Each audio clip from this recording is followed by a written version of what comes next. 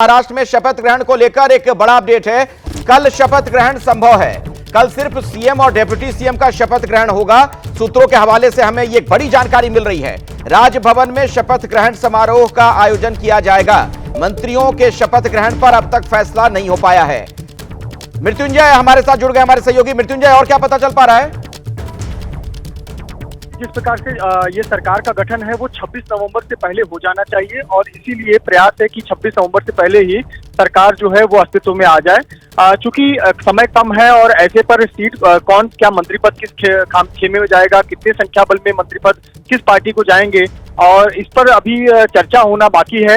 तो फिलहाल सरकार गठन हो जाए और बाकी के मंत्रिमंडल विस्तार बाद में होते रहेंगे, तो ऐसी संभावना जानकारी निकल कर आ रही है कि राजभवन में ही एक छोटा कार्यक्रम शपथ विधि का किया जाएगा, जहां मुख्यमंत्री और 2 उप मुख्यमंत्री शपथ लेंगे और बाद में फिर शपथ विधि का विस्तार किया जाएगा। और ये कल ही होने की संभावना है। कल 11 बजे के बाद के समय शपथ विधि की संभावना बताई जा रही है। हालांकि अभी भी दिल्ली में केंद्रीय नेतृत्व से भारतीय जनता पार्टी के नेताओं की एक बैठक होनी बाकी है, बातचीत होनी बाकी है, और केंद्रीय नेतृत्व के नेता क्या कहते हैं उनकी सलाह के बाद ये फैसला लिया जाएगा। लेकिन जो विधायक जीत कर आए हैं, चाहे बीजेपी के हो, चाहे शिवसेना शिंदे के हो या अजित पवार के, अधिकतर विधायकों को कहा गया है कि वो मुंबई मतलब मृत्युंजय, आप ये कह रहे हैं कि कल सीएम और 2 डिप्टी सीएम शपथ ले सकते हैं, बाकी मंत्री जो हैं वो बाद में शपथ लेंगे, ये कह रहे हैं आप?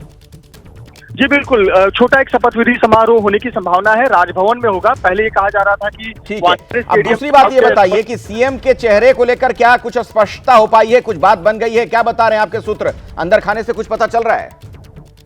देखिए, बीजेपी के सूत्र ये कर रहे हैं कि जिस प्रकार का मैंडेट जनता ने दिया है वो बहुत स्पष्ट जनादेश है कि भारतीय जनता पार्टी को एक बड़ी पार्टी के रूप में एक मैंडेट दिया गया है। तो देवेंद्र फडणवीस फ्रंट रनर है, और कल जो प्रधानमंत्री नरेंद्र मोदी का संबोधन था बीजेपी मुख्यालय में, उन्होंने जिस प्रकार के शब्दों का उपयोग देवेंद्र फडणवीस ने किया, तो एक संकेत मिल रहे हैं कि देवेंद्र फडणवीस महाराष्ट्र के अगले मुख्यमंत्री होंगे। एकनाथ शिंदे और अजित पवार डिप्टी सीएम होंगे, ऐसी सूत्रों के जरिए जानकारी है। हालांकि सभी ये बात कर रहे हैं कि केंद्रीय नेतृत्व से बातचीत के आधार पर ही आधिकारिक ऐलान किया जाएगा। ठीक है, खबर पर नजर बनाकर रखिएगा मृत्युंजय। तो नतीजे जरूर आ गए हैं। महाराष्ट्र में बीजेपी ने जबरदस्त जीत हासिल की है, लेकिन मुख्यमंत्री पद को लेकर क्या पेंच फंसा हुआ है, ये सवाल बरकरार है। रशीद किदवई साहब, आपने सुना, हमारे साथ दोनों दलों के नेता हैं, बीजेपी के हैं और कांग्रेस की नेता भी, उनको भी आप सुन रहे थे। क्या ये कहना बार बार ईवीएम को लेकर सवाल खड़े करना, क्या ये बचकाना नहीं है एक ऐसी स्थिति में जबकि कई राज्यों में आप जीतते भी, कई सीटों पर आप जीत भी रहे हैं? अखिलेश, देखिए, सवाल आपका जो है पेचीदा है। ईवीएम को लेके बड़ी बड़ी कई सारी शंकाएं समय समय पर आती रहती है। भाजपा ने खुद, जब भाजपा विपक्ष में थी, जीवी नरसिम्हा राव ने पूरी किताब लिखी थी इसके ऊपर कि फ्रॉड ऑफ ईवीएम, और उसके बाद उस जमाने में 2009 में लाल कृष्ण आडवाणी ने जो था राष्ट्रपति को ज्ञापन भी दिया था और कहा था, ईवीएम को लेके प्रश्न उठाया था। लेकिन मैं इस बात से आपकी बात मानता हूँ कि इस समय जब चुनाव का रिजल्ट आ चुका है और एक राज्य में जो इंडिया गठबंधन ने जीता है और दूसरी जगह वो बुरे तरीके से हारा है, उस समय ईवीएम की बात उठाना जो है मुझे लगता है सही नहीं है, उसकी टाइमिंग सही नहीं है। देखिए, ईवीएम को लेके 2 बातें हैं, या तो आप उसका एक कोई सबूत दे, सबूत नहीं है, आप उसको दुर्भाग्यपूर्ण भी कह सकते हैं। जो भी बात है कि ईवीएम की जो भी उसकी कोई बेईमानी होती है, ये केवल एक शंका होती है। ठीक है, ठीक है। साहब, माफी के साथ बीच में रोक रहा हूं, एक और अपडेट आ गया है, चूंकि बहुत सरगर्मी तेज है महाराष्ट्र में। महाराष्ट्र को लेकर एक और बड़ी खबर आ रही है। शिवसेना जो शिंदे गुट है और बीजेपी, उसके नेताओं की आज एक बैठक होनी है, और हमें जो सूत्रों के हवाले से एक बड़ी जानकारी मिल रही है, दोनों ओर से 2-2 नेताओं की आज मुलाकात होगी।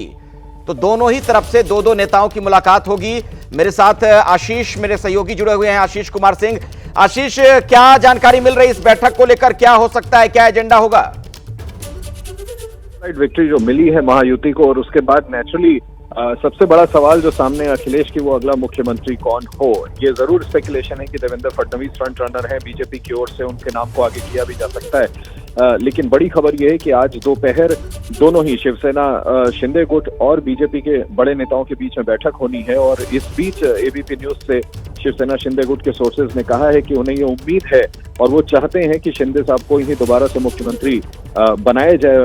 महाराष्ट्र का उनका ऐसा तर्क है कि जो वेलफेयर स्कीम्स थे शिंदे एज चीफ मिनिस्टर की जो उन्होंने जिस तरह से महिलाओं को रिझाने का काम किया, उससे काफी फायदा हुआ है महायुति को। ओवरऑल 18 लाख वोट्स वो उद्धव ठाकरे शिवसेना गुट से ज्यादा पाए हैं, और कोalition धर्म का ध्यान रखते हुए चाहती है शिवसेना शिंदे गुट की एक बार फिर से एकनाथ शिंदे को ही मुख्यमंत्री बनाया जाए। और इन्हीं चीजों को लेकर के भारतीय जनता पार्टी और शिवसेना शिंदे गुट की आज बड़ी अहम बैठक होनी है, जिसमें कोई निर्णय लिया जा सकता है।